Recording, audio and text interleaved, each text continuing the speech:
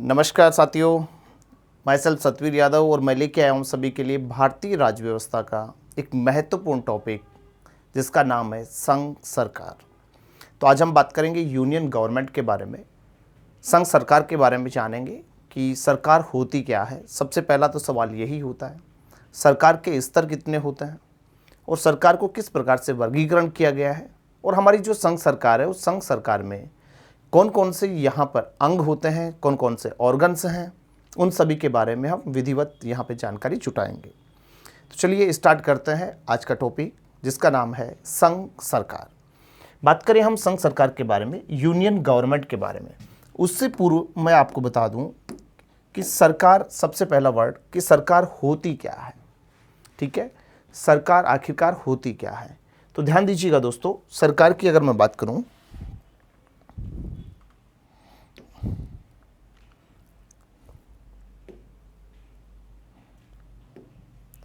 तो सरकार क्या होती है, चलिए सबसे पहले यहीं पे बात करते हैं। सरकार, जो गवर्नमेंट होती है उसके बारे में जान लेते हैं।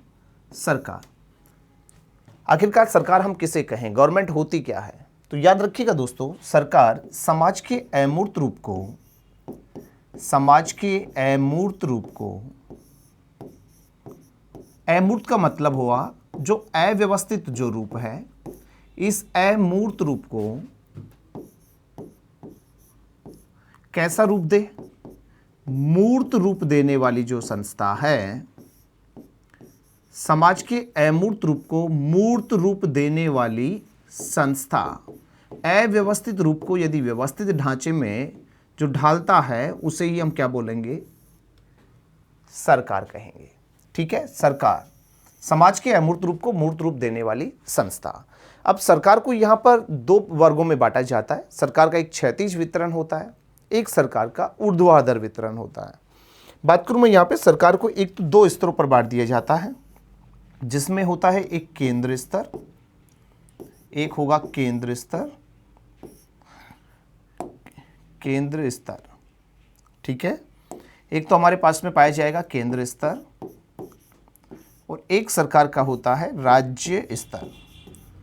तो सरकार मूल रूप से, गवर्नमेंट जो है वो दो स्तरों पर बटी होती है, केंद्र स्तर और राज्य स्तर।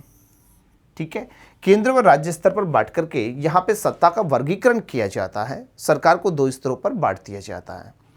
वहीं हम बात करें, एक इसका जो वितरण होता है, इस वितरण में सरकार को एक ही स्तर पर अलग अलग ऑर्गन्स में यहाँ पर विभाजित कर दिया जाता है।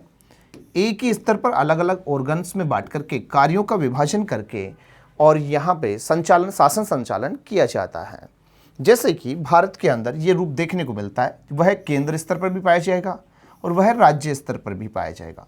केंद्र व राज्य स्तर पर, दोनों ही स्तरों पर यहाँ पर शासन को क्या किया जाएगा, अलग अलग ऑर्गन्स में बांट करके यहाँ पे शासन संचालन किया जाता है, जिसमें मूल रूप से हमारी जो एग्जीक्यूटिव है, लेजिस्लेटिव है, जुडिशरी है, ये तीन पार्ट बनते हैं, जिसमें से कार्यपालिका, विधायिका और न्यायपालिका। ठीक है दोस्तों, तो यहाँ पे सरकार को मूल रूप से इन स्तरों पर बांट करके कार्य किया जाता है। तो आई होप ये बात बहुत ही अच्छे से आप लोगों को समझ में आ चुकी होगी कि जो सरकार है वो कितने स्तरों पर बटी होती है। इस सत्ता का जो वितरण होता है दो स्तरों पे हो गया, केंद्र और राज्य स्तर पर। वहीं इसको जो ऑर्गन्स है वो टोटल होते हैं तीन ऑर्गन्स में इसको बांट करके और शासन का संचालन किया जाता है। ओके, तो ये चीज़ सबसे पहले हमें जान लेनी है, याद रखनी है। क्लियर है दोस्तों। तो चलिए बात करते हैं यहाँ पे सरकार के बारे में। जो सब हम आज यहाँ पे क्लास में जो बात कर रहे हैं वो संघ सरकार है, और संघ सरकार का उल्लेख संविधान के भाग 5 में किया जा रहा है। ठीक है, संघ सरकार का जो उल्लेख है संविधान के किस भाग में है, भाग 5 में किया गया है। ओके, जो गवर्नमेंट है, यूनियन गवर्नमेंट का उल्लेख संविधान के भाग 5 में है, जो कि एक बड़ा ही महत्वपूर्ण यहाँ पे पार्ट है संविधान के अंतर्गत, जिसका उल्लेख आर्टिकल 52 से लेकर के आर्टिकल 151 तक किया जा रहा है। तो 52 से लेकर के 151 एक बड़ा यहाँ पे पार्ट है, पार्ट 5, भाग जो है 5। और यहाँ पे संघ सरकार की अगर मैं बात करूँ तो संघ सरकार को मूल रूप से तीन ऑर्गन्स, जो कि अभी हमने बात की कि प्रत्येक स्तर पर यहाँ पर तीन ऑर्गन्स में इनको बांटा गया है, 3 अंग यहाँ पर बताए गए हैं संघ सरकार के। वैसे ध्यान रखिएगा, सरकार का एक चौथा अंग भी होता है, और सरकार का जो चौथा अंग होता है, इस चौथे अंग को हम कहते हैं मीडिया। सरकार का चौथा अंग, और चौथा अंग क्या कहलाता है? चौथा अंग कहलाता है मीडिया। तो वर्तमान में सरकार को बनाने में सबसे जो महत्वपूर्ण भूमिका होती है वो कहीं ना कहीं मीडिया की होती है। मीडिया में हो सकता है कि वो हमारे न्यूज़ चैनल्स हों, है ना, या फिर न्यूज़पेपर्स हों, सोशल मीडिया हो, फेसबुक, व्हाट्सएप, ट्विटर के माध्यम से लोगों की प्रचार प्रसार किया जाए। तो इस प्रकार से वर्तमान में सत्ता को बनाने में एक बड़ी भूमिका यहाँ पर मीडिया की भी देखने को मिलती है। सरकार के द्वारा किए गए कार्यों को अच्छे से यहाँ पर एक्सप्लेन कर देना, आम जनता तक पहुँचाना, इसमें सबसे बड़ी भूमिका जो होती है वो भूमिका मीडिया की ही होती है। इसके लिए प्रत्येक जो पॉलिटिकल पार्टीज होती हैं अपने अपने स्टार प्रचारक रखती हैं। बिशोर ये बात आप सभी को अच्छे से पता होगी कि प्रत्येक जो पॉलिटिकल पार्टी है उनके पास में, जो नेशनल जो पॉलिटिकल पार्टीज होती हैं उनके पास में 40 स्टार प्रचारक रखने की अनुमति होती है। तो ऐसे में वो अपने स्टार प्रचारकों के माध्यम से यहाँ पे कैंपेन करते हैं, और कैंपेन करके आम जनता यहाँ पर अपनी सरकार या फिर विपक्षी दल अपनी नीतियों के बारे में आम जनता तक उनको पहुँचाने में सफल हो पाते हैं। तो सरकार का चौथा अंग सबसे ज़्यादा महत्वपूर्ण वर्तमान स्थितियों में बनता जा रहा है। वैसे संघ सरकार के टोटल जो ऑर्गन्स होते हैं वो 3 होते हैं, जिसमें एक आता है कार्यपालिका, नंबर 2 इज विधायिका, और नंबर 3 इज न्यायपालिका। अब देखिए ये यहाँ पर ऑर्गन्स क्यों बनाए गए हैं? तो ऑर्गन्स बनाने के पीछे सबसे इंपॉर्टेंट जो रीजन है कि यहाँ पर प्रत्येक जो पर्टिकुलर जो यहाँ पे ऑर्गन्स है सभी कार्यों को करने में सक्षम नहीं हो सकता, और करेगा तो ऐसे में एक फेयर वर्क हमारे सामने निकल के नहीं आ पाता। तो कहीं ना कहीं बस उसी के लिए यहाँ पर सरकार को अलग अलग स्तरों, अलग अलग अंगों में बांटा गया है, जिसके अंतर्गत सबसे पहले मैं बात करूं कार्यपालिका। तो कार्यपालिका का एग्जीक्यूटिव, लेजिस्लेटिव, जुडिशरी तीनों अंग अलग अलग हैं, जिसमें एग्जीक्यूटिव का जो वर्क है ये मूल रूप से जो बनाए गए जो कानून हैं उन कानूनों का क्रियान्वयन करता है या उनका संचालन करने की भूमिका निभाता है। ठीक है, कानून जो बना दिए जाते हैं, अब कानून कौन बनाएगा? विधायिका बनाएगी। यानी कार्यपालिका जो कानून संचालित करेगी, इनका निर्माण कौन कर रही है? विधायिका कर रही है। तो विधायिका के द्वारा यहाँ पर जो हमारी लेजिस्लेटिव है ये क्या कर रही है? कानून बना रही है। जो कानून बनाएगी उन कानूनों को क्रियान्वित करने का काम कार्यपालिका करती है। वहीं पे जो न्यायपालिका होती है हमारी, ये न्यायपालिका क्या करेगी? न्यायपालिका का जो मुख्य कार्य है ये न्यायिक समीक्षा, संविधान की व्याख्या करती है, न्यायिक समीक्षा की यहाँ पर भूमिका निभाती है। तो तीनों अपना अपना कार्य कर रहे हैं। कार्यपालिका कानून संचालन का काम कर देगी, विधायिका कानूनों का निर्माण कर देगी, और जो जुडिशरी सेक्शन है हमारा ये संविधान की व्याख्या करेगा, न्यायिक समीक्षा की भूमिका निभाएगा। ठीक है, तो तीनों अंग यहाँ पे सेपरेट रूप से अपनी अपनी भूमिका पे कार्य करते हैं। एक चीज़ हमें और अच्छे से यहाँ पर जान लेनी होगी, ध्यान रखिएगा यहाँ पे अच्छे से एक चीज़ जो हमें जाननी है, क्या चीज़ जाननी है उसको भी देख लीजिए। आपको बता दिया जाए यहाँ पे जो हमारी विधायिका, कार्यपालिका और जो न्यायपालिका होती हैं इनके एक स्ट्रक्चर की अगर मैं बात करूँ तो मूल रूप से इसके लिए एक थ्योरी चलती है, एक सिद्धांत कार्य करता है, और इसे हम बोलते हैं शक्ति पृथक्करण का सिद्धांत। शक्ति पृथक्करण का सिद्धांत। और शक्ति पृथक्करण सिद्धांत कहता है कि शक्ति को अलग अलग स्तरों पर बांटा जाए। एक स्तर पर रहने से कहीं न कहीं वह व्यवस्थित जो ढांचा है वो हमें प्राप्त नहीं हो पाता। बस इसी वजह से यहाँ पर शक्ति का पृथक्करण किया गया, जिसमें जो हमारे 3 अंग हैं, जिसमें से फर्स्ट ऑफ ऑल एक होता है विधायिका या लेजिस्लेटिव की बात की जा रही है। एक जो ऑर्गन होता है ये होता है विधायिका है। जबकि सेकंड जो हमारा अंग आता है, सेकंड जो अंग होगा हमारे पास में, उसे हम कहते हैं, जिसको हम कहते हैं कार्यपालिका। ये एग्जीक्यूटिव बॉडी जो हमारे पास में आती है कार्यपालिका की। ठीक है दोस्तों, तो फर्स्ट इज यहाँ पर विधायिका हो गई, विधायिका के अंतर्गत ही कार्यपालिका यहाँ पे होती है। जैसे कि फॉर एग्जांपल मैं बात करूं विधायिका में कौन होता है, तो विधायिका का जो स्ट्रक्चर होता है, विधायिका में यहाँ पर मूल रूप से एक राष्ट्रपति होता है, राष्ट्रपति होगा। राष्ट्रपति के साथ में यहाँ पर होती है एक पार्लियामेंट, संसद होती है। अब संसद जो होगी हमारी, इस संसद के 2 सदन होते हैं। एक सदन को हम कहते हैं लोकसभा, एक सदन हो गया लोकसभा, और एक सदन हो गया राज्यसभा। अब हमें पता है कि लोकसभा में बहुमत दल का नेता होता है प्रधानमंत्री, राज्यसभा सभापति होता है उपराष्ट्रपति। लोकसभा में प्रधानमंत्री के साथ में मंत्रिपरिषद, लोकसभा राज्यसभा सदस्यों से मिलकर मंत्रिपरिषद भी बनती है, तो मंत्रिपरिषद भी यहाँ पे हो गई, प्रधानमंत्री हो गया, राज्यसभा का सभापति यानी कि उपराष्ट्रपति भी हो गया, साथ में राष्ट्रपति, ये सभी से मिलकर के विधायिका बन रही है। वहीं जो हमारी कार्यपालिका होती है, इस कार्यपालिका में भी यही लोग अपनी भूमिका निभाते हैं, राष्ट्रपति, उपराष्ट्रपति, प्रधानमंत्री, मंत्रिपरिषद। इसीलिए विधायिका के अंतर्गत ही किसको शामिल कर दिया गया, कार्यपालिका को। लेकिन शक्ति का पृथक्करण करते हुए यहाँ पर जो हमारी न्यायपालिका है, इस न्यायपालिका को हमने सेपरेट रखा है। इसीलिए बोला जा रहा है कि भारतीय जो न्यायपालिका है यह एक स्वतंत्र व एकीकृत न्यायपालिका है। स्वतंत्र है न्यायपालिका, जिसके ऊपर किसी भी प्रकार से विधायिका या कार्यपालिका का कोई रोल नहीं देखने को मिलता। यह एक अच्छे से निर्णय ले पाए, सभी के प्रति समान रूप से यहाँ पर भाव रख पाए, इसीलिए भारतीय न्यायपालिका को एक स्वतंत्र न्यायपालिका का दर्जा दिया गया है।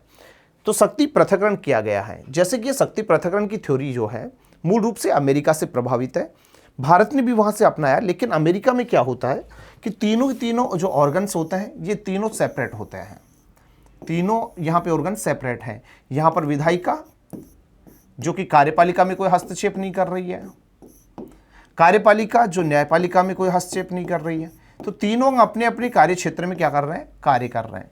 लेकिन भारत में इस मॉडल को थोड़ा सा चेंज किया गया, विधायिका व कार्यपालिका को आपस में रिलेटेड किया जा रहा है, जबकि न्यायपालिका को यहाँ पे स्वतंत्र इकाई के रूप में रखा जा रहा है। ठीक है दोस्तों, तो यहाँ पे समझिएगा, कार्यपालिका, विधायिका और न्यायपालिका तीन यहाँ पे ऑर्गन्स बना दिए गए। विधायिका कानून संचालन कर रही है, विधायिका कानूनों का निर्माण कर रही है, वहीं न्यायपालिका जो है वो यहाँ पे संविधान की व्याख्या करने का काम, संविधान की व्याख्या कर रही है, न्यायिक समीक्षा की जिम्मेदारी निभा रही है। बात करूं मैं कार्यपालिका के बारे में, तो कार्यपालिका का जो उल्लेख है भारतीय संविधान के आर्टिकल 52 से 78 के बीच में किया जा रहा है। वहीं विधायिका आर्टिकल 79 से आर्टिकल 122 तक है। वहीं न्यायपालिका आर्टिकल 124 से लेकर के 147 तक है। आर्टिकल 52 से 78 के बीच में कार्यपालिका है, 79 से लेकर के आर्टिकल 122 के बीच में आती है विधायिका, और 124 से लेकर के 147 के बीच में है हमारी न्यायपालिका। तीन ऑर्गन सेपरेट किए जा रहे हैं। चौथा अंग पूछे और सबसे पावरफुल वर्तमान स्थितियों में पूछे तो वो अंग बन चुका है मीडिया।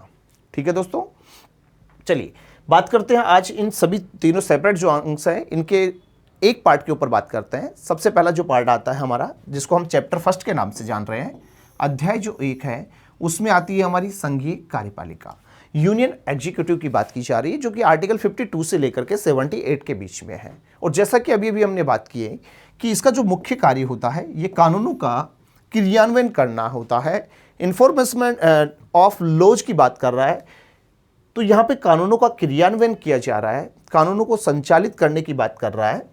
बात करें संघीय कार्यपालिका में तो इसमें होता कौन है, तो मूल रूप से इसमें एक प्रेसिडेंट होता है, राष्ट्रपति होता है, एक यहाँ पे वाइस प्रेसिडेंट होता है, उपराष्ट्रपति होता है, साथ में एक होता है प्रधानमंत्री।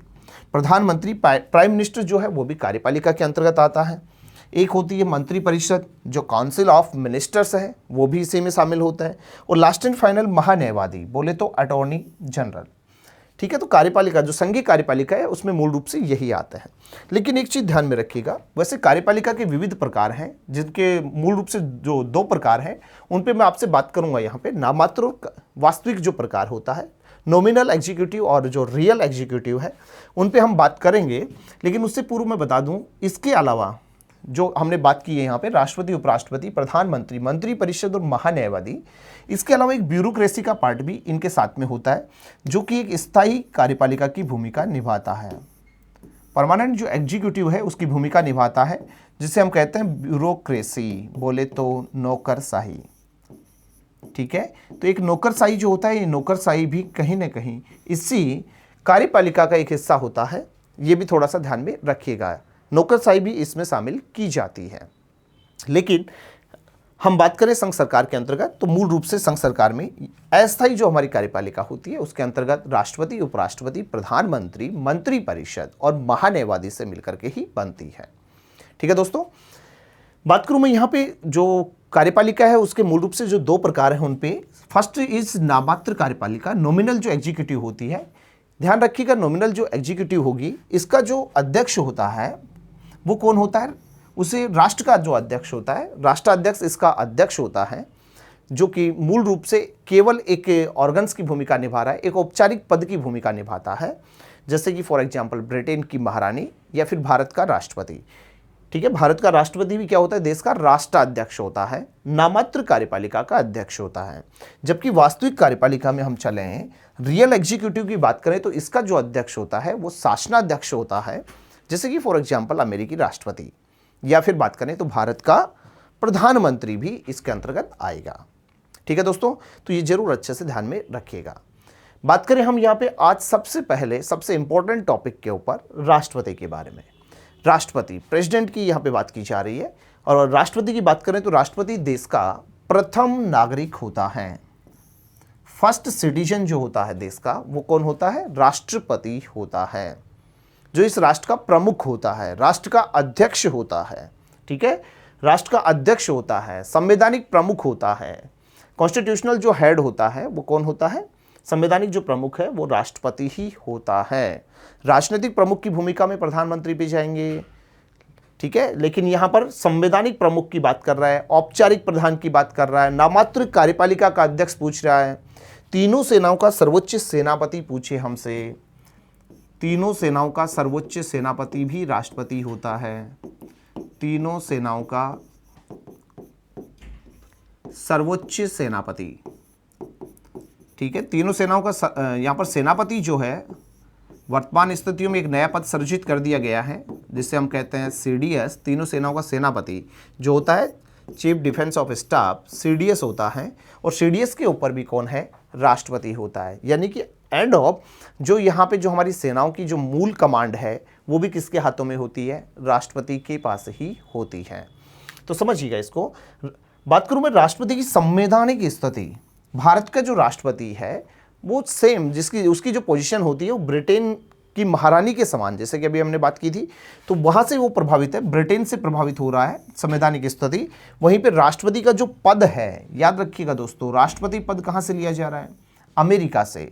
संवैधानिक स्थिति कहाँ से ली जा रही है, ब्रिटेन से ली गई है, जबकि पद लिया जा रहा है अमेरिका से। वहीं राष्ट्रपति का जो निर्वाचन है, ये निर्वाचन पद्धति हमने अपनाई है आयरलैंड से। राष्ट्रपति का निर्वाचन आयरलैंड से प्रभावित हो रहा है, पद अमेरिका से प्रभावित हो रहा है, जबकि संवैधानिक स्थिति कहाँ से, ब्रिटेन से प्रभावित है। अच्छे से ध्यान रखिएगा, बिल्कुल वन लाइनर पे सीधा सीधा पूछा जाने वाला प्रश्न।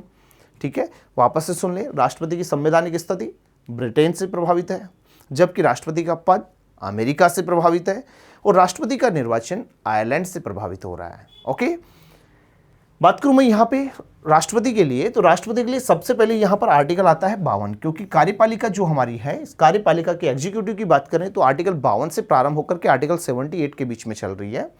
तो बात कर लेते हैं आर्टिकल 52, और आर्टिकल 52 कहता है कि भारत का एक राष्ट्रपति होगा, भारत का एक राष्ट्रपति होगा। ठीक है, इस बात को जरूर अच्छे से गौर कीजिएगा, भारत का क्या होगा, एक राष्ट्रपति होगा, राष्ट्रपति होगा। सेल बी की बात कर रहा है कि राष्ट्रपति होगा। अब यहां पे होगा से तात्पर्य ये हुआ कि याद रखिएगा, राष्ट्रपति जो पद है, इस राष्ट्रपति पद में किसी भी प्रकार का कोई शासकीय अंतराल नहीं हो सकता, ये पद कभी भी रिक्त नहीं रह सकता।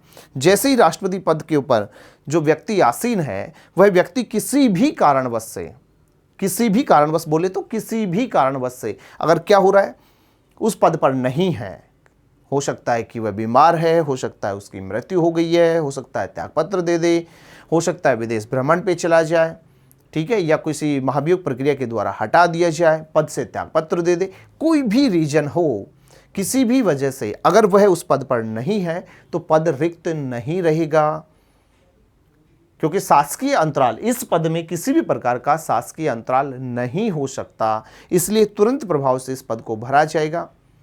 ठीक है, तो यहाँ पर भारत का एक राष्ट्रपति होगा, सेल्बी से रियल जो मीन्स है वो हमारा यही है कि ये पद कभी भी रिक्त नहीं होगा।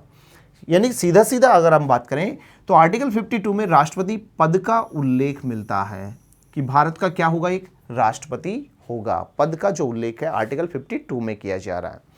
बात करूं मैं आर्टिकल 53 के बारे में, तो आर्टिकल 53 क्या कहता है, तो ध्यान दीजिएगा आर्टिकल 53 के बारे में कि संघीय कार्यपालिका की संपूर्ण शक्तियां, संघीय कार्यपालिका की कैसी शक्तियां हैं, संपूर्ण शक्तियां, टोटल एग्जीक्यूटिव पावर्स की बात कर रहा है।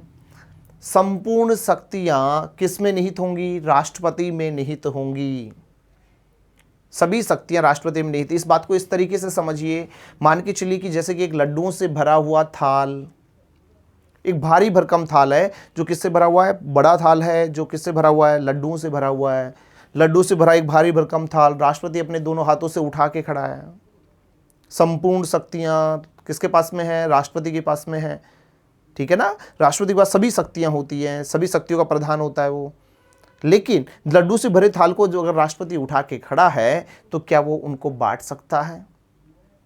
वह शक्तियों को पकड़ के खड़ा है, लड्डुओं को पकड़ के खड़ा है, एक भारी भरकम थाल है, अगर एक हाथ से पकड़े तो ऐसे में सभी गिर सकते हैं, इसीलिए राष्ट्रपति ऐसा नहीं करेगा, ठीक है। तो सिंपल थ्योरी में याद रखिए, संघीय कार्यपालिका की सभी शक्तियां राष्ट्रपति में निहित हैं।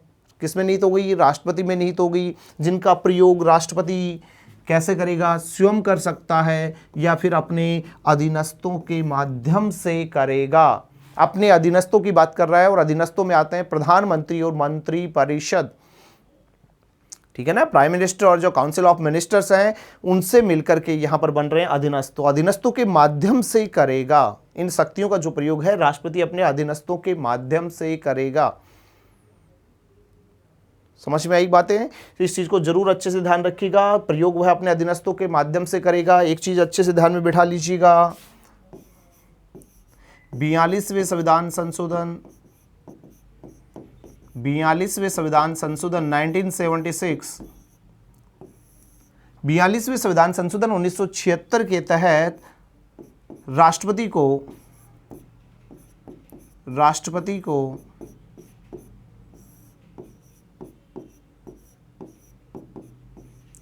प्रधानमंत्री व मंत्रिपरिषद की सलाह मानने के लिए क्या किया जाएगा, मानने के लिए बाध्यकारी किया जा चुका है। सलाह मानने के लिए राष्ट्रपति क्या होगा, बाध्यकारी होगा। प्रधानमंत्री और मंत्रिपरिषद की सलाह मानने के लिए बाध्यकारी होगा। 42वें संविधान संशोधन 1976 के तहत ये कंडीशन अप्लाई कर दी जा रही है कि राष्ट्रपति सलाह मानने के लिए क्या होगा, बाध्यकारी होगा। बिना सलाह किया गया कोई भी कार्य कैसा होगा, असंवैधानिक माना जाएगा, अनकॉन्स्टिट्यूशनल होगा। इसलिए सलाह मानने के लिए राष्ट्रपति को बाध्यकारी किया गया, तो बाध्यकारी किया जा रहा है। 42वें संविधान संशोधन 1976 के तहत राष्ट्रपति को बाध्यकारी किया गया है सलाह मानने के लिए। ओके जी, चलिए आगे बढ़ते हैं। यहाँ पर एक चीज़ अच्छे से ध्यान रख लीजिएगा, लेकिन यदि मंत्रिपरिषद क्या है, भंग हो चुकी है, मंत्रिपरिषद यदि भंग है तो ऐसे में सलाह मानने के लिए राष्ट्रपति बाध्य नहीं होगा। राष्ट्रपति बाध्य नहीं होगा यदि मंत्रिपरिषद क्या है, भंग है। तो अगर मंत्रिपरिषद भंग नहीं है तो ऐसे में सलाह मानने के लिए राष्ट्रपति बाध्यकारी होगा। अब एक बड़ा सवाल यहाँ पे उठता है 1955 में, और 1955 के अंदर एक मामला जो पहुँचा सुप्रीम कोर्ट, जिसे नाम दिया गया राम जवया बनाम पंजाब राज्यवाद। राम जवया बनाम पंजाब राज्यवाद 1955 में पहुंच रहा है, और इसमें यहाँ पर पूछा जा रहा है कि राष्ट्रपति की कार्यपालिका संबंधी कार्य कौन से होंगे। आखिर राष्ट्रपति कौन सी कार्यपालिका शक्तियों को यहाँ पे संचालित कर सकता है। तो यहाँ पे साफ शब्दों के अंदर जो यहाँ पे रिजल्ट आ रहा है, जो यहाँ पर आदेश जारी किया जा रहा है, उसमें बताया जा रहा है कि विधायी और जो न्यायिक कार्य हैं, यदि विधायी और न्यायिक कार्यों को हटा दिया जाए, इन दोनों कार्यों को हटाने के बाद में जो भी शेष रहे कार्य हैं वो सभी के सभी कार्य कैसे माने जाएंगे, कार्यपालिका कार्य होंगे, जो राष्ट्रपति करेगा, देखेगा। कार्यपालिका की संपूर्ण शक्तियों का प्रधान राष्ट्रपति होगा। 2 आर्टिकल्स बात कर रहा है। आर्टिकल 52 भारत का एक राष्ट्रपति होगा, वहीं आर्टिकल 53 है ना, संघीय कार्यपालिका की सभी शक्तियां राष्ट्रपति में निहित होंगी। ऑल एग्जीक्यूटिव पावर्स किसके अंदर जाएंगी, राष्ट्रपति में निहित होंगी, प्रेसिडेंट के अंतर्गत निहित होंगी, जिनका प्रयोग वह है अपने स्वयं या फिर अपने अधीनस्थों के माध्यम से करेगा। क्लियर है? कार्य कौन से होंगे? विधायी और न्यायिक कार्यों को छोड़ने के बाद शेष रहे सभी कार्य कैसे कार्य होंगे? कार्यपालिका संबंधी कार्य माने जाएंगे। चलिए नेक्स्ट आर्टिकल पे बढ़ते हैं और आर्टिकल आता है हमारा 54, आर्टिकल 54 अनुच्छेद 54। और अनुच्छेद 54 क्या कहता है? तो ध्यान दीजिएगा, अनुच्छेद 54 में बताया गया कि राष्ट्रपति का निर्वाचन कैसे होगा? अप्रत्यक्ष रूप से, इनडायरेक्ट फॉर्म में होगा, अप्रत्यक्ष रूप से होगा। और राष्ट्रपति का निर्वाचन करेगा कौन? एक निर्वाचक मंडल करेगा, इलेक्टोरल कॉलेज करेगा, ठीक है ना। तो राष्ट्रपति का जो निर्वाचन है एक निर्वाचक मंडल के द्वारा होगा। That's very important point. राष्ट्रपति का निर्वाचन कैसे हो रहा है? अप्रत्यक्ष रूप से, इनडायरेक्ट फॉर्म में हो रहा है। देखिए चुनाव दो प्रकार से होते हैं, एक प्रत्यक्ष होता है, एक अप्रत्यक्ष होता है। प्रत्यक्ष में क्या होगा? प्रत्यक्ष में जनता स्वयं चुनाव में भाग लेती है और अपना प्रतिनिधि का चयन करती है। वहीं जो अप्रत्यक्ष निर्वाचन होता है, उस अप्रत्यक्ष निर्वाचन में जनता स्वयं भाग ना लेकर के जनता के द्वारा चुने गए जो प्रतिनिधि हैं, यदि वह भाग लें किसी चुनाव में, तो वह इनडायरेक्ट फॉर्म होती है, अप्रत्यक्ष रूप होता है। तो बस यहाँ पे राष्ट्रपति का जो निर्वाचन है उसमें आम जनता खुद भाग नहीं लेकर के जनता के चुने गए प्रतिनिधि भाग लेते हैं। एक निर्वाचक मंडल यहाँ पे भाग लेता है, ठीक है। तो राष्ट्रपति का निर्वाचन किसके माध्यम से होगा? एक निर्वाचक मंडल के माध्यम से होगा। राष्ट्रपति का जो निर्वाचन है एक निर्वाचक मंडल के माध्यम से होगा, एक निर्वाचक मंडल के माध्यम से होगा। और जो राष्ट्रपति का जो निर्वाचक मंडल होगा इसमें होंगे कौन? तो ध्यान रखिएगा, इसमें एक तो आ गया लोकसभा, एक भाग ले रहे हैं राज्यसभा, लोकसभा, राज्यसभा, और साथ में भाग लेती हैं कौन? प्रांतीय विधानसभा। लोकसभा, राज्यसभा और प्रांतीय विधानसभा, तीन कैटेगरी जाएंगी राष्ट्रपति के निर्वाचक मंडल में, लोकसभा, राज्यसभा और प्रांतीय विधानसभा। और इन तीनों के कैसे सदस्य होंगे? ओनली इलेक्टेड मेंबर्स होंगे, ठीक है ना, इलेक्टेड मेंबर्स। ये चीज जरूर अच्छे से ध्यान में रखिएगा। केवल निर्वाचित सदस्य भाग लेते हैं। केवल कैसे भाग लेंगे? निर्वाचित सदस्य भाग लेते हैं। लोकसभा, राज्यसभा और प्रांतीय विधानसभाओं के केवल निर्वाचित सदस्य भाग लेंगे। यहाँ पे नॉमिनेट पर्सन नहीं आएंगे, ठीक है दोस्तों। तो इस बात को अच्छे से ध्यान में रखिएगा। तो ध्यान दीजिएगा, बात कर रहे हैं हम किसकी? लोकसभा भाग ले रही है, राज्यसभा भाग ले रही है, विधानसभाएं भाग ले रही हैं, और इन सभी के निर्वाचित सदस्य भाग लेंगे। तो लोकसभा के कितने सदस्य होंगे? तो बात करें हम लोकसभा, तो लोकसभा की टोटल जो सदस्य संख्या वर्तमान में 545 है। 545 में 2 सदस्य यहाँ पे नॉमिनेट हो रहे हैं, तो बच गए हमारे पास में 543 सदस्य। तो 543 सदस्य लोकसभा से होंगे। वहीं पे बात करें राज्यसभा की, तो राज्यसभा की वर्तमान जो सदस्य संख्या है 245 है, जिसमें से 12 सदस्य यहाँ पे नॉमिनेट होते हैं। तो बच गए हमारे पास में 233 सदस्य। तो 233 सदस्य हो गए राज्यसभा के। तो लोकसभा और राज्यसभा से टोटल अगर मैं बात करूं तो 543, 233 टोटल जो सदस्य संख्या हो गई वो हो गई 776। तो राष्ट्रपति के जो निर्वाचक मंडल होता है, इस निर्वाचक मंडल में लोकसभा और राज्यसभा यानी कि जो हमारी पार्लियामेंट होती है, इन दोनों से मिलकर के हमारी संसद बनी। लोकसभा और राज्यसभा से मिलकर के संसद बनी, और संसद के कुल कितने सदस्य भाग लेंगे? 776 एमपीज भाग लेते हैं। राष्ट्रपति के निर्वाचन में टोटल एमपीज कितने होंगे? 776 एमपीज होते हैं, ठीक है। इस चीज़ को अच्छे से ध्यान में रखिएगा। 776 एमपीज लोकसभा राज्यसभा से 776 एमपीज होंगे। इसके अलावा कौन आ रहा है? प्रांतीय विधानसभाएं आ रही है। तो बात करूं मैं यहाँ पे प्रांतीय विधानसभाओं के बारे में।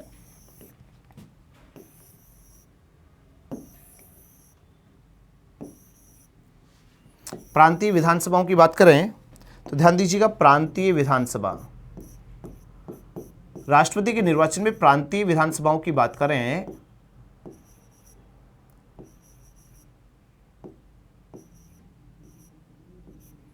प्रांतीय विधानसभा, तो राष्ट्रपति के निर्वाचन में जो प्रांतीय विधानसभा है, भारत की टोटल प्रांतीय विधानसभाएं कितनी है? विधानसभाओं की संख्या है टोटल 31। याद रखिएगा इस बात को, भारत में टोटल विधानसभाओं की संख्या कितनी है? 31। प्रत्येक राज्य की अपनी एक विधानसभा होती है, ठीक है। प्रत्येक राज्य की क्या होगी? एक विधानसभा होगी। अब प्रत्येक राज्य की एक विधानसभा है, तो भारत के राज्य कितने हैं? 28 राज्य। तो प्रत्येक राज्य की एक विधानसभा, तो 28 राज्यों की 28 विधानसभा हो गई। तो राज्यों की तो 28 हो गई। इसके अलावा यूटीज की अगर हम बात करें तो यूटीज में कितनों में है, तो 3 यूटीज में है। 3 यूटीज में कौन कौन से में विधानसभा पाई जाती है, एक तो हो गई जम्मू कश्मीर, एक हो गई दिल्ली और एक हो गई पुडुचेरी या पौंडीचेरी जिसे आप कहते हैं। तो जम्मू कश्मीर, दिल्ली और पुडुचेरी 3 ऐसी विधानसभाएं हैं जो कि यूटी से आ रही हैं। बाकी 28 राज्यों की हो गई। टोटल कितनी हो गई, 31। तो 28 और 3 31 विधानसभाओं के कुल जो इलेक्टेड मेंबर्स होते हैं उनकी संख्या है 4120। तो राष्ट्रपति के निर्वाचक मंडल में जो एमएलए होते हैं, मेंबर ऑफ लेजिस्लेटिव जो असेंबली होती है, उसके जो मेंबर्स होते हैं वो कितने होते हैं, लेजिस्लेटिव के कितने हो गए, 4120 हो गए। सांसद टोटल कितने हो गए, 776 हो गए। तो राष्ट्रपति के निर्वाचक मंडल में कुल कितने सदस्य होंगे, 4896 सदस्य होंगे। तो राष्ट्रपति के निर्वाचक मंडल में कुल 4896 सदस्य भाग लेते हैं। ठीक है दोस्तों, 4896 सदस्य यहां पे भाग लेंगे राष्ट्रपति के निर्वाचक मंडल में। ये बात समझ में आ चुकी होगी। लोकसभा के 500 कितने हो गए, 43, राज्यसभा के 233, टोटल सांसद 776, जबकि विधानसभा 31 हैं, 4120 इसके इलेक्टेड मेंबर्स हैं जो भाग ले रहे हैं, जिनमें से 28 राज्यों के होते हैं और 3 यूटीज के होते हैं। लेकिन जैसा कि आपको पता होगा कि अभी हाल ही में यहाँ पर चुनाव हो रहे हैं राष्ट्रपति के, और राष्ट्रपति के इन चुनाव की अगर मैं बात करूँ, हाल ही में हुई राष्ट्रपति चुनाव जो कि जुलाई 2022 में राष्ट्रपति जो चुनाव हो रहे हैं, जुलाई 2022 में हुए राष्ट्रपति चुनाव। अब जुलाई 2022 में जो राष्ट्रपति चुनाव हुए, इसमें जो हमारा निर्वाचक मंडल है, इस निर्वाचक मंडल में कुल कितने सदस्य भाग ले रहे हैं। तो मैंने बताया आपको कि निर्वाचक मंडल में भाग कौन लेगा, एक तो लोकसभा ले रही है, एक राज्यसभा ले रही है और साथ में प्रांतीय विधानसभा ले रही है। तो लोकसभा, राज्यसभा और प्रांतीय विधानसभा सदस्य यहाँ पे भाग ले रहे हैं। ठीक है, अब लोकसभा के कितने होते हैं, तो लोकसभा के हो गए 543, राज्यसभा के हो गए 233 और विधानसभा के 4120। तो ये टोटल सदस्य यहाँ पे क्या कर रहे हैं, भाग ले रहे हैं। ठीक है दोस्तों, लेकिन अभी हाल ही जुलाई 2022 में जो चुनाव हो रहा है, इन चुनाव में जम्मू कश्मीर विधानसभा ने भाग नहीं लिया है। जम्मू कश्मीर विधानसभा क्या नहीं कर रही है, चुनाव में भाग नहीं ले रही है। क्यों नहीं ले रही है, क्योंकि यहाँ की विधानसभा भंग है। विधानसभा क्या है, भंग। एक चीज अच्छे से दिमाग में बिठा लीजिएगा दोस्तों कि यदि किसी राज्य की विधानसभा भंग हो और ऐसे में राष्ट्रपति का चुनाव हो, तो राष्ट्रपति चुनाव पर किसी प्रकार का कोई प्रभाव नहीं पड़ेगा, उस राज्य विधानसभा उसमें भाग नहीं लेगी। यदि कोई सदस्य अभी पदासीन नहीं है, पद रिक्त है किसी विधानसभा क्षेत्र में, तो ऐसे में भी उससे भी राष्ट्रपति चुनाव पर रोक नहीं होगी, राष्ट्रपति के चुनाव कंटिन्यूसली हो जाएंगे। ठीक है, तो यहां पर विधानसभा जम्मू कश्मीर की भाग नहीं ले रही है क्योंकि यहां पर इमरजेंसी लगी हुई है, और जम्मू कश्मीर विधानसभा भाग नहीं लेने के कारण याद रखना जुलाई 2022 में हुए चुनाव में किसने भाग नहीं लिया है, जम्मू कश्मीर विधानसभा भाग नहीं ले रही है। तो ऐसे में जो 2022 में जो हमारा जो यहाँ पर निर्वाचक जो मंडल बनता है, जो इलेक्टोरल कॉलेज बना, इस इलेक्टोरल कॉलेज के अंदर सिर्फ 4033 तो आते हैं कहाँ से, विधानसभा सदस्य, और 776 होते हैं किसके, संसद के सदस्य। तो ऐसे टोटल मिलाकर के कितने हो गए, 6 3 9, 7 3 10, 7 और 1 8 और टोटल 4809। तो टोटल 4809 हो कितने सकते हैं, 4896 सदस्य टोटल निर्वाचक मंडल में होते हैं। लेकिन हाल ही में हुए चुनाव में 4809 सदस्यों ने ही भाग लिया था राष्ट्रपति के निर्वाचन में। 4809 सदस्य ही यहाँ पे क्या कर रहे हैं, भाग ले रहे हैं। ठीक है दोस्तों, जिनमें से मतलब कि 4809 जो सदस्य हैं, इनमें से भी याद रखिएगा टोटल 17 सांसद और कुल 126 विधायकों ने क्रॉस वोटिंग किया था। क्रॉस वोटिंग, तो क्रॉस वोटिंग कितनों ने किया है, 17 सांसद हो गए, मेंबर ऑफ पार्लियामेंट हो गए, और मेंबर्स ऑफ लेजिस्लेटिव असेंबली के कितने हो गए, 126।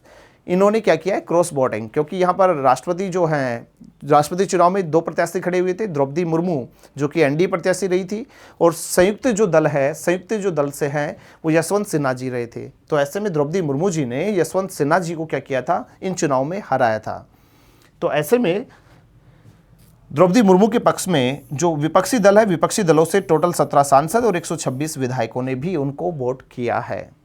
तो यहाँ पर करंट के लिहाज से इस चीज़ को जरूर अच्छे से हम ध्यान में रखेंगे। ठीक है दोस्तों, चलिए ध्यान दीजिएगा, वापस से हम इसको क्लियर करते हैं जी। तो हमने बात की है राष्ट्रपति का निर्वाचन कैसे हो रहा है, अप्रत्यक्ष रूप से हो रहा है, इनडायरेक्ट फॉर्म में हो रहा है, एक इलेक्टोरल कॉलेज के माध्यम से हो रहा है, जिसमें लोकसभा, राज्यसभा और प्रांतीय विधानसभाओं के कैसे सदस्य आ रहे हैं, निर्वाचित सदस्य भाग ले रहे हैं। तो ये तो समझ में आ गई कि भाग कौन ले रहा है। अब मैं यहां पे बात करूं कि भाग कौन नहीं लेता, भाग नहीं लेता, तो भाग कौन नहीं लेगा, तो इस चीज को भी ध्यान में रखिएगा। तो लोकसभा, राज्यसभा, विधानसभा, इन तीनों के कैसे नॉमिनेट जो पर्सन हैं, मेंबर्स हैं, मनोनीत जो सदस्य हैं, एक तो इन तीनों के मनोनीत सदस्य और साथ में विधान परिषदों के सदस्य। साथ में कौन आ गए, विधान परिषदों के सदस्य, विधान परिषद सदस्य। राज्य स्तर पे यहाँ पे विधानसभा और विधान परिषद दो यहाँ पे क्या होते हैं, सदन होते हैं। विधान परिषद भारत के टोटल 6 राज्यों में पाई जाती है। 6 राज्य हैं जिनमें विधान परिषद की व्यवस्था है, जिसमें कर्नाटक है, उत्तर प्रदेश है, महाराष्ट्र है, बिहार, आंध्र प्रदेश और तेलंगाना। इन 6 राज्यों में विधान परिषद है। तो ये 6 विधान परिषद सदस्य भी राष्ट्रपति के निर्वाचन में भाग नहीं लेंगे। ठीक है, विधान परिषद के सदस्य राष्ट्रपति निर्वाचन में भाग नहीं लेते, तो विधान परिषद सदस्य नहीं लेंगे। साथ में यहाँ पे नॉमिनेट जो पर्सन हैं, नॉमिनेट जो मेंबर्स हैं, ये भी भाग नहीं लेते। मनोनीत सदस्य और विधान परिषदों के सदस्य राष्ट्रपति के निर्वाचन में भाग नहीं लेते। भाग लेंगे विधानसभा, लोकसभा, राज्यसभा के ओनली इलेक्टेड मेंबर्स। ठीक है दोस्तों, चलिए आगे बढ़िए। बात करूं मैं यहाँ पे 70वें संविधान संशोधन की, और 70वां संविधान संशोधन 1992 की अगर बात करें तो इसके तहत दिल्ली और पुडुचेरी विधानसभा के निर्वाचित सदस्यों को क्या किया गया है, राष्ट्रपति निर्वाचन में शामिल किया गया है। ठीक है, राष्ट्रपति निर्वाचन में क्या होंगे, शामिल होंगे। और पहली बार दिल्ली और पुडुचेरी जो है विधानसभा सदस्यों ने राष्ट्रपति के.आर. नारायणन के चुनाव में क्या किया था, भाग लिया था। के.आर. नारायणन साहब के चुनाव में क्या किया है, भाग लिया है। ठीक है दोस्तों, ये बात समझ में आ गई। राष्ट्रपति के निर्वाचन मंडल की बात कर रहे हैं, तो राष्ट्रपति के निर्वाचन मंडल में एक तो कौन आ गए, सांसद आ गए, एक तो सांसद हो गए, एमपीज हो गए। ठीक है, एमपीज हो गए। एक साथ में हमारे यहाँ पे आ गए विधायक, विधायक हो गए, यानी कि एमएलएज हो गए। तो राष्ट्रपति के निर्वाचन में सांसद और विधायक भाग ले रहे हैं। ठीक है दोस्तों, सांसद और विधायक यहाँ पे भाग लेंगे राष्ट्रपति के निर्वाचन में। अब सांसद और विधायक राष्ट्रपति का निर्वाचन कैसे करेंगे, ठीक है, किस तरीके से निर्वाचन होता है, कैसे राष्ट्रपति चुना जाता है, ये हम बात करेंगे नेक्स्ट क्लास में। आज की क्लास में हम यहीं तक बातें करने वाले हैं। तो एक बार फटाफट से हम इन सभी चीज़ों का एक बार रिवाइज करते हैं, रिवीजन करते हैं। आज की क्लास में हमने जाना है, फर्स्ट ऑफ ऑल हमने जाना संघ सरकार के बारे में कि संघ सरकार होती क्या है। ठीक है, संघ सरकार जिसका उल्लेख संविधान के भाग 5 में किया जा रहा है, आर्टिकल 52 से आर्टिकल 151 के बीच में संघ सरकार का उल्लेख है। संघ सरकार के 3 ऑर्गन्स, जिसमें एक आता है कार्यपालिका, एग्जीक्यूटिव, विधायिका, लेजिस्लेटिव और न्यायपालिका, जुडिशरी सेक्शन। ठीक है, इसके बाद में हमने जाना कि जो हमारी जो कार्यपालिका होती है, उस कार्यपालिका के अंतर्गत कौन होता है, यूनियन जो एग्जीक्यूटिव है उसका कार्य क्या है, जो मुख्य कार्य बताएगा, कानूनों का संचालन करना। साथ में इस संघीय जो कार्यपालिका है इसमें होता कौन है, तो राष्ट्रपति, उपराष्ट्रपति, प्रधानमंत्री, मंत्रिपरिषद, महान्यायवादी, इन सबसे मिलकर के हमारी बनती है कार्यपालिका। इसके अलावा एक इसके स्थायी अंग के अगर चलें स्थायी कार्यपालिका में, तो वहाँ पर ब्यूरोक्रेसी भी हमारे बीच में होती है। नेक्स्ट हमने आगे बात की थी नाममात्र और वास्तविक कार्यपालिका के संदर्भ पे। नाममात्र का जो अध्यक्ष है राष्ट्र का अध्यक्ष होता है, जबकि वास्तविक कार्यपालिका का जो अध्यक्ष है वो शासनाध्यक्ष होता है। तो भारत में नाममात्र कार्यपालिका में आता है राष्ट्रपति, वहीं शासनाध्यक्ष के रूप में आता है प्रधानमंत्री।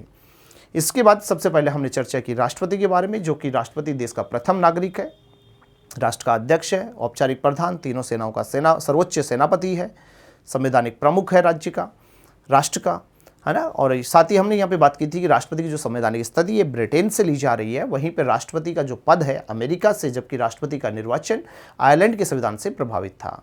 हमने जाना आर्टिकल 52 के बारे में। और आर्टिकल 52 कहता है कि भारत का एक राष्ट्रपति होगा, यानी कि पद कभी भी रिक्त नहीं होगा, पद का उल्लेख कर रहा है।